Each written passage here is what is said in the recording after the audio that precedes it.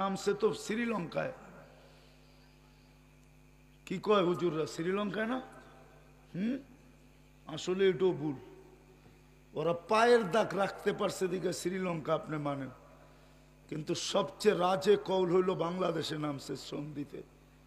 3 কৌল আছে, 3 কৌল, শ্রীলঙ্কা, সরণদ্বীপ আর হইল মালদ্বীপ। সুফিয়ান আরে জালালউদ্দিন সুয়ুতির কাছে রাজে কৌল হইল সরণদ্বীপ, সন্দ্বীপে নামছে। হুজুররা আসে সন্দ্বীপে নামছেন বাংলাদেশে। বাংলাদেশে কয়া গেলাম তাহকিক করে লেন, 3 কৌল আছে, ওরা খালি পায়ের দাগটা রাখতে পারছে দিকা দেখাইতে পারে আমগো দেশে নামছে। কেননা উনি 60 হাত লম্বা আসিল, ওরা মিটার মুটার দিয়া মাইপা বইবা পায়ের একটা দাগ লাগাই হালাইছে। আপনারা যদি লাগাইতে পারতেন তাহলে আপনারও দেখাইতে পারতেন, এই যে পায়ের দাগ দেখ, আদম আলাইহিস সালাম আমগো দেশে নামছে। কিন্তু সন্দ্বীপ তো ভাঙ্গা গেছে, পুরান সন্দ্বীপ তো নাই। পুরান সন্দ্বীপ তো শ্রীলঙ্কা পর্যন্ত ছিল। হুজুরে তো চোখ বড় করতেছে, পুরান সন্দ্বীপ তো শ্রীলঙ্কা পর্যন্ত যে ঠেকছিল, এত বড় সন্দ্বীপ ছিল, এটার সমুদ্রে ভাঙ্গা ছোট করছে। ওই দিন তোমাদের কেমন হবে, কেমন জুতা তোমাদের কপালে মিলবে। উমিতাতিস সালাহ, যেই দিন মসজিদ থাকবে নামাজ থাকবে না, ওই দিন তোমাদের কপালে কেমন জুতা মিলবে। চিৎকার দিয়া গেছেন 1400 বছর আগে। মা বিকুম ইদা উমিতাতিস সালাহ ওয়া কুবিলাতির রাসা ওয়া ইউবাউদ্দিন বিআরদিন ইয়াসির মিনাদ দুনিয়া।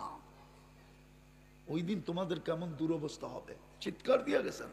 আমি এমনি চিৎকার দিই না, আমার চিৎকারের ধারণ ভিন্ন।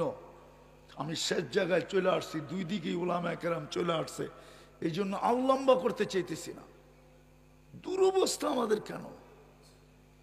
এক রাস্তা খোলা আছে এখন, তওবা, আর কোন রাস্তা খোলা নাই। আমাদের দোয়া মাথার উপরে ওঠে না, উঠলে ফিলিস্তিনের স্বাধীন গত রমজানই হয়ে যেত। কেননা গত রমজানে যদি কেউ এখানে উমরায় যায় থাকে তাহলে আমার কথায় একমত হবে। আমি জীবনে কোনোদিন 2 হেরেমে এত কান্না দেখি নাই।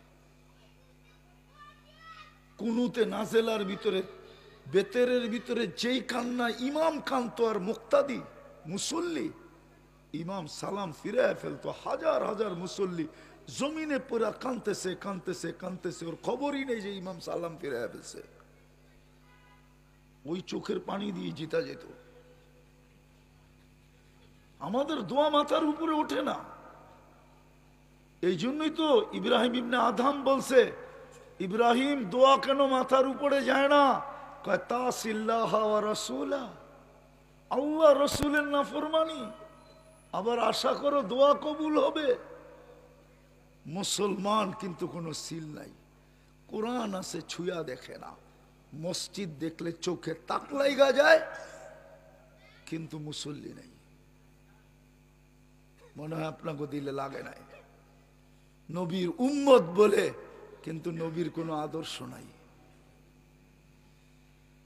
কোনো আদর্শ নাই নবীর, শুধু বলে মোহাব্বত করে। এই মোহাব্বতে বেড়া পার, রাগ হয় না। আসেন ফিরেন, আজকে তওবা করি, তওবা রাস্তা খোলা রাখছেন। এই জন্যই তো আদম আলাইহিস সালাম বলছিলেন যে উম্মতে মুহাম্মদীর সাথে পীড়িত আর মোহাব্বত আমার চেয়ে কোটি গুণ বেশি। কয় প্রমাণ? কয়েকটা ভুল করলাম জান্নাতে বাড়ি করে দিল, কথা নাই বার্তা নাই, বেরো না, বাড়ি করে নাই। উম্মতে মুহাম্মদী সারাদিন গুনাহ করব, রাত্রে ডাইকা ডাইকা মাফ করবে, আবার জান্নাত হাতে উঠে দিয়ে দিবে। না ডাকে না রাত্রে, হালমি মুস্তাগফির ফাগফির আলা। আরেকটা দেখবা এর চেয়ে বেশি পীড়িত, প্রথমটার চেয়েও কোটি গুণ বেশি পীড়িত। একটা ভুল করলাম কবে, মাফ হইল কবে? 200 বছর পরে মাফ হয়েছে। এখানে নামছে তো শ্রীলঙ্কায়। কি কয় হুজুররা, শ্রীলঙ্কায় না? আসলে এটাও ভুল।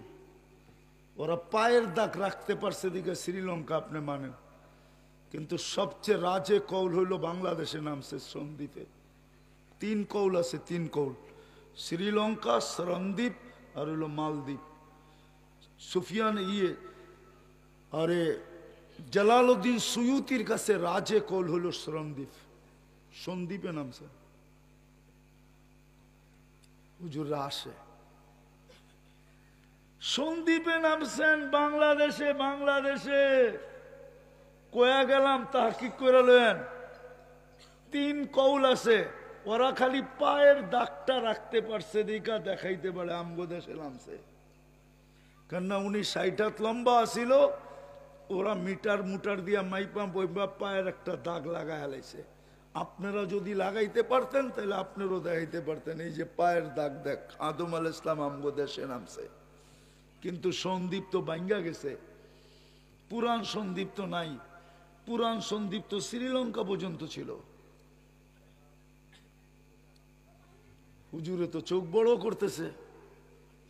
পুরান সন্দ্বীপ তো শ্রীলঙ্কা পর্যন্ত যে ঠেকছিল, এত বড় সন্দ্বীপ ছিল, এটার সমুদ্রে ভাঙ্গা ছোট করছে। আর মসজিদ খালি রেখেন না, আর খালি রেখেন না, খালি রেখেন না, খালি রেখেন না, খালি রেখেন না। তাইলে এই আয়াতের ভিতরে এই কথা আসতো না, এই কথা আসতো না। ইন্নামা ইয়ামুরু মাসাজিদাল্লাহি মান আমান ওয়া আকামাস সালাহ ওয়া আতাজ যাকাত ওয়া লাম ইয়াখশা ইল্লাল্লাহ। মসজিদ খালি দেখা আমরা সারা দুনিয়াকে ভয় পাই। মসজিদ যদি বড় হইতো, রব্বে কাবার কসম সারা দুনিয়া আমাদেরকে ভয় পাইতো। যদি আমাদের গায়ে কাপড় নাও থাকতো, পেটে বাত নাও থাকতো, পায়ে জুতা নাও থাকতো, মাথা গুচার ঠাই নাও থাকতো, ক্ষুদায় যদি আমাদের চামড়া বটেও যেত, আবু হুরায়রার মতো যদি রাদিয়াল্লাহু তাআলা আনহুর মতো ক্ষুদার তাড়নায় যদি আমরা বেহুশ হইতাম, তো সারা দুনিয়া আমাদেরকে ভয় পাইতো। এই আয়াতের ভিতরে ইঙ্গিত আছে, ইঙ্গিত ইঙ্গিত ইঙ্গিত। আজকে সারা দুনিয়াকে আমরা ভয় পাই শুধু মসজিদ খালি দেখা। অঙ্গীকার করেন শুধু নামাজ পড়ব না। নামাজ পড়বেন না মসজিদ পড়বেন? কোনটা পড়ব?